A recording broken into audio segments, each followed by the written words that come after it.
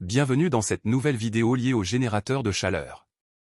Sur la première vue de synthèse, nous accédons à ce module en cliquant ici.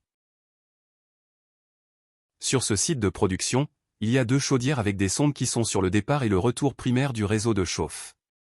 Par exemple ici il y a 36,2 degrés sur le départ et 29 degrés sur le retour qui sont liés à la régulation de la chaufferie en fonction de la température extérieure. Chaque équipement composé d'eau chaude, comme un aérotherme à eau chaude, ou encore un radiateur à eau chaude, va pouvoir être affecté à une classe de profil de la chaufferie. Cette chaufferie est par exemple affectée au profil A.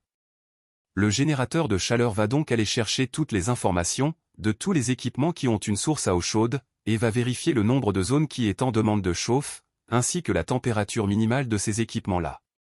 Il ne prendra en compte que les équipements qui sont dans la zone de profil A.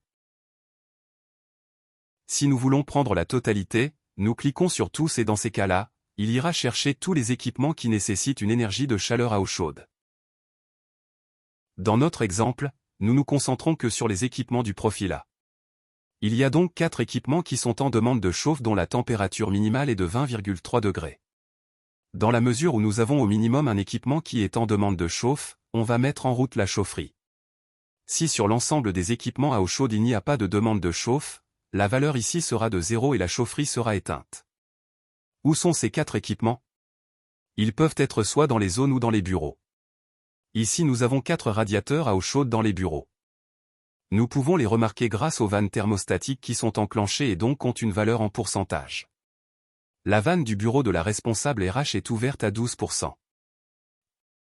Nous avons également les vestiaires hommes, les vestiaires femmes et la logistique. Petite précision, lorsque plusieurs vannes thermostatiques se trouvent dans une même zone, elles sont regroupées. Si on remonte sur notre page, ici est indiqué le nombre de radiateurs et ceux qui sont en marche, aussi bien ceux à eau chaude que ceux électriques. Dans ce module dédié au générateur de chauffe, nous pourrons bien évidemment paramétrer le nombre de chaudières, 1 ou 2. Ainsi que le nombre de réseaux, jusqu'à 3. Dans le cas où sur votre site vous avez une production d'eau chaude sanitaire, vous pouvez activer la fonction ici.